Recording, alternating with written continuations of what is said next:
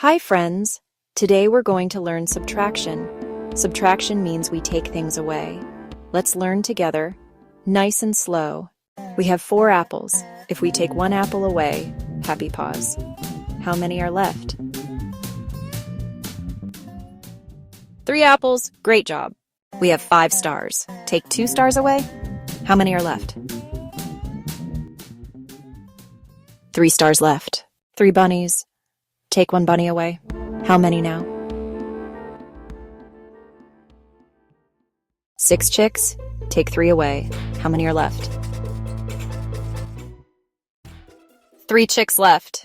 2 cookies. Take 1 away. How many left? 7 balloons. Take 2 away. What's left? 8 bears. Take 4 away. How many left? 5 fish. Take 1 away. How many now? 9 strawberries. Take 5 away. How many left? 4 strawberries. 3 cars. Take 2 away. How many left? 10 circles. Take 6 away. But how many left? 4 butterflies. Take 2 away. How many are left?